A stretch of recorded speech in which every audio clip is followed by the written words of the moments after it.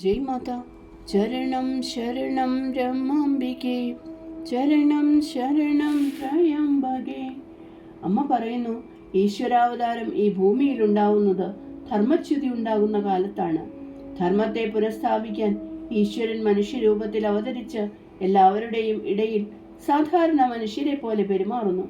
ഭാഗ്യമുള്ളവർ ആ ശക്തിയെ, ആ ചൈതന്യത്തെ മനസ്സിലാക്കുന്നു. ശ്രീകൃഷ്ണാവതാര കാലത്ത് ശ്രീകൃഷ്ണനെ സ്വന്തം ആത്മസ്വരൂപമായി കണ്ട് സ്നേഹിച്ച വ്രജഗോപികൾ, വിപ്രപത്നിമാർ, പാണ്ഡവർ, അങ്ങനെ അനവധി ആളുകളുണ്ട്. എന്നാൽ ദ്വേഷഭക്തിയുള്ള കംസൻ, ശിശുപാലൻ, ദന്തവക്ത്രൻ തുടങ്ങിയവരുമുണ്ട്. ഈശ്വരൻ മനുഷ്യരൂപത്തിൽ വരുമ്പോൾ ഭക്തി പലവിധമാകാം.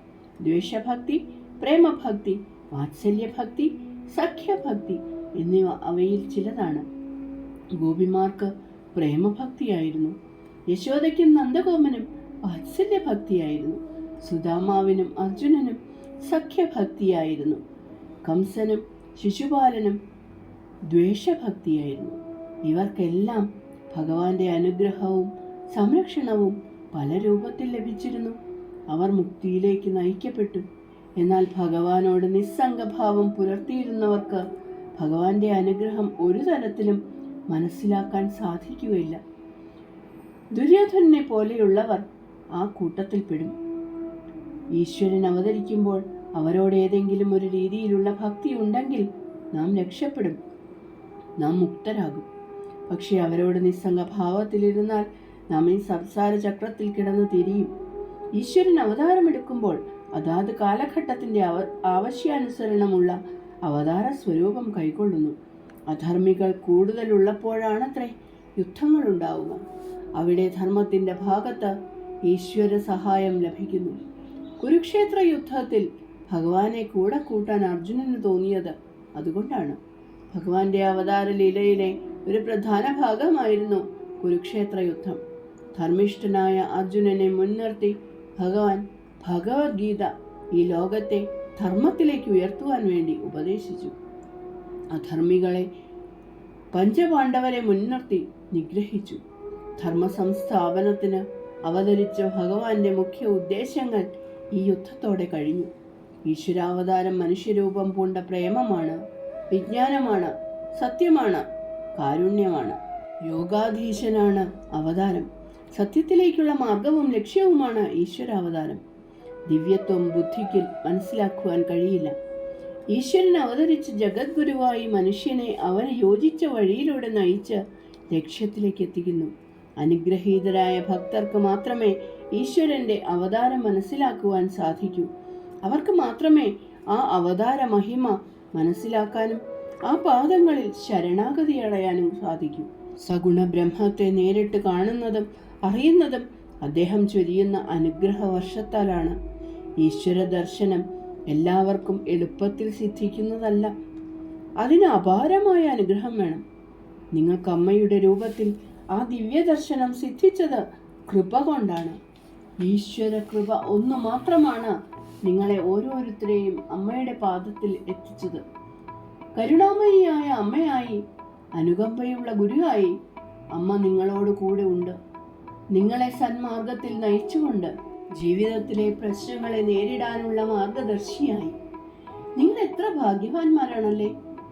നിങ്ങളുടെ ബുദ്ധി ഈ സത്യത്തിൽ ഉറച്ചു നിൽക്കട്ടെ. ശാസ്ത്രത്തിനോ ബുദ്ധിക്കോ സ്പർശിക്കാൻ കഴിയാത്ത തലത്തിലാണ് ഈശ്വരൻ. ഈശ്വരൻ സമ്പൂർണനാണ്. ഈശ്വരൻ നിഗൂഢനാണ്. ഈശ്വരൻ പരമാനന്ദമാണ്. ഈശ്വരൻ സൗന്ദര്യത്തിൻ്റെ സാഗരമാണ്. അദ്ദേഹത്തെ അറിയാൻ അദ്ദേഹത്തിൻ്റെ കൃപ വേണം. അദ്ദേഹം സ്വയം പ്രകടമാവണം. എന്നാലേ ഒരുവന് ഈശ്വരനെ അറിയാൻ കഴിയൂ. ഈശ്വരനെ അറിഞ്ഞു കഴിഞ്ഞാൽ അഹം ഇല്ലാതാകുന്നു. ഞാനെന്ന ഭാവം ഇല്ലാതാവുന്നു. എല്ലാവരും തുല്യരാകുന്നു. മുഖം നോക്കാതെ ധർമ്മത്തെ ഉയർത്തിക്കാട്ടുവാനുള്ള കഴിവുണ്ടാകുന്നു. ഞാനെന്ന ഭാവം ഈശ്വര കൃപയിൽ അലിഞ്ഞലിഞ്ഞില്ലാതാകുന്നു. പരിമിതമായത് അപരിമിതമായി ഒന്നുചേർന്ന് അനന്തമായി തീരുന്നു. എന്തൊരാനന്ദമാണത്! ശരീരം മുഴുവനും പ്രേമസാഗരത്തിൽ മുങ്ങി മൗനത്തിൽ ആണ്ടുപോകുന്നു. അങ്ങനെ വരുമ്പോൾ നിങ്ങൾക്ക് ഈ ജീവരാശിയെ മുഴുവൻ സ്നേഹിക്കാൻ കഴിയുന്നു.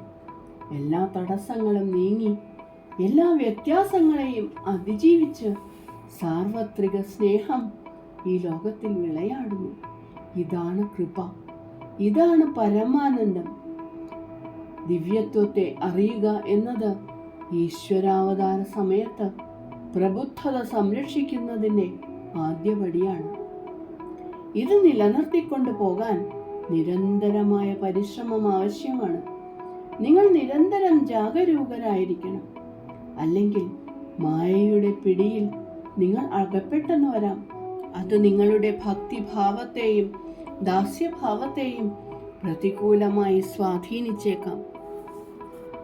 എപ്പോൾ ധർമ്മച്യുതി സംഭവിക്കുന്നുവോ, എപ്പോൾ മനുഷ്യന് സത്യത്തെയും അസത്യത്തെയും വേർതിരിച്ചറിയുവാൻ കഴിയുന്നില്ലയോ, എപ്പോൾ ബുദ്ധി അഹങ്കാരത്തിന്റെ പിടിയിൽ അമർന്ന് അന്ധകാരത്തിലാവുന്നുവോ, അപ്പോൾ ഈശ്വരൻ മനുഷ്യ സ്വരൂപം കൈക്കൊണ്ട് മനുഷ്യരാശിയെ ഉദ്ധരിക്കുവാൻ മനുഷ്യരൂപത്തിൽ അവതരിക്കുന്നു.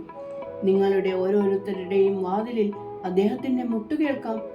നിങ്ങൾ വാതിൽ തുറക്കാൻ തയ്യാറാവുന്നില്ലെങ്കിൽ നഷ്ടം നിങ്ങൾക്ക് തന്നെ. അത് ഒരു തീരാ നഷ്ടമാണ്. അതുകൊണ്ട് ഈശ്വര കൃപയ്ക്ക് പാത്രമാവാനാണ് നാം എപ്പോഴും പ്രാർത്ഥിക്കേണ്ടത്. ശാസ്ത്രങ്ങൾ വിജ്ഞാനദായകങ്ങളും വിവേകദായകങ്ങളുമാണെങ്കിൽ എന്തിന് ജീവൻ മുക്തന്മാരും ഈശ്വരൻ സ്വയവും ഈ ഭൂമിയിൽ അവതരിക്കണം? ധർമ്മ സംസ്ഥാപനത്തിന് വേണ്ടിയാണ് ഈശ്വരാവതാരം. എങ്ങനെയാണ് ഈശ്വരൻ മനുഷ്യരുടെ ഇടയിൽ അവതരിച്ച് ധർമ്മം പുനഃസ്ഥാപിക്കുന്നത്? അവർ സ്വയം ധർമ്മത്തിന്റെയും സത്യത്തിന്റെയും പ്രതിരൂപങ്ങളാണ്. അതുകൊണ്ട് തന്നെ അവരുടെ ഓരോ പ്രവൃത്തിയും ധർമ്മത്തെയും സത്യത്തെയും ഉയർത്തിക്കാട്ടുന്നവയായിരിക്കും. ആ പ്രവൃത്തികൾക്ക് സാക്ഷിയാകുന്നവർ സത്യത്തിന്റെയും ധർമ്മത്തിന്റെയും ശക്തി മനസ്സിലാക്കി ആ പാതയെ പിന്തുടരുന്നു.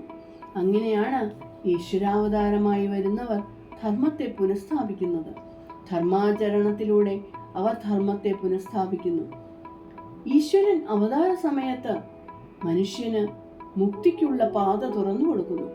അദ്ദേഹം ജഗദ്ഗുരുവായി മനുഷ്യരാശിക്ക് വിമോചനത്തിനുള്ള മാർഗദർശിയാവുന്നു. അദ്ദേഹത്തിലുള്ള വിശ്വാസവും ശരണാഗതിയും ഒരുവനെ മുക്തിമാർഗത്തിൽ നയിക്കുന്നു. നിർഗുണ ബ്രഹ്മത്തെ മനസ്സിലാക്കാൻ കഴിയാത്തതുപോലെ തന്നെ സഗുണ ബ്രഹ്മമായി അവതരിക്കുന്ന ആ ഈശ്വരനെ മനസ്സിലാക്കാൻ ഈശ്വര കൃപ ഒന്നുകൊണ്ട് മാത്രമേ സാധിക്കൂ. നിർഗുണ പരബ്രഹ്മത്തെ മനസ്സിലാക്കാൻ ചിത്തവൃത്തി നിരോധം വന്നവർക്കേ സാധിക്കൂ. എന്നാൽ ഈശ്വരൻ സഗുണ രൂപത്തിൽ വരുമ്പോൾ ഭാഗ്യം സിദ്ധിച്ചവരെല്ലാം ആ കൃപയ്ക്ക് പാത്രമാവുന്നു. ആ സന്നിധിയിലെത്തുന്നു. പ്രത്യക്ഷ ദർശനത്തിന് അനുഗ്രഹീതരാവുന്നു. പക്ഷേ അന്ധകാരത്തിന്റെ പടുകുഴിയിൽ നിന്ന് രക്ഷപ്പെടാൻ ഇഷ്ടപ്പെടാത്തവർ ആ ഭാഗ്യം സ്വയം നിഷേധിക്കുന്നു. അവർ സംസാര ചക്രത്തിൽപ്പെട്ട് ഉഴലാൻ വിധിക്കപ്പെടുന്നു. ചരണം ശരണം രമാംബികേ, ചരണം ശരണം ത്രയംബകേ. ജയ് മാതാ.